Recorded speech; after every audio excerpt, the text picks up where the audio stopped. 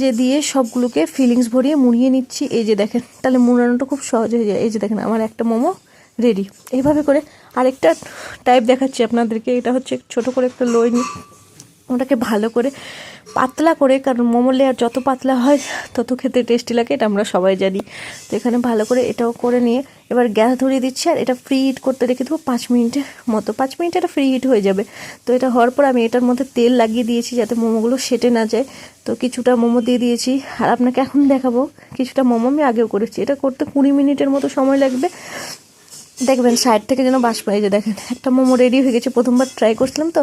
তো এখানে আমি টমেটোকে ছুলে পুরো শুকনো লঙ্কা নুন দিয়ে চাটনিটা তৈরি করেছিলাম উইদাউট মিক্সি দিয়ে, এত সুন্দর হয়েছিল, খুব ভালো। এখানে আমার মোমো তৈরি হয়ে গেছে আর আমি খাচ্ছি, কারণ মোমো বানাতে আমার দাদাও প্রচণ্ড হেল্প করেছিল, তাই আমি বেলে বেলে দিচ্ছিলাম আর পুরোটা বানিয়ে দিয়েছিল, তাই মোমোর বিভিন্ন শেপ হয়ে গেছে। তো এখানে মোমো খাই আমি। দেখা হচ্ছে পরে একটা ভিডিওতে। Be positive, by.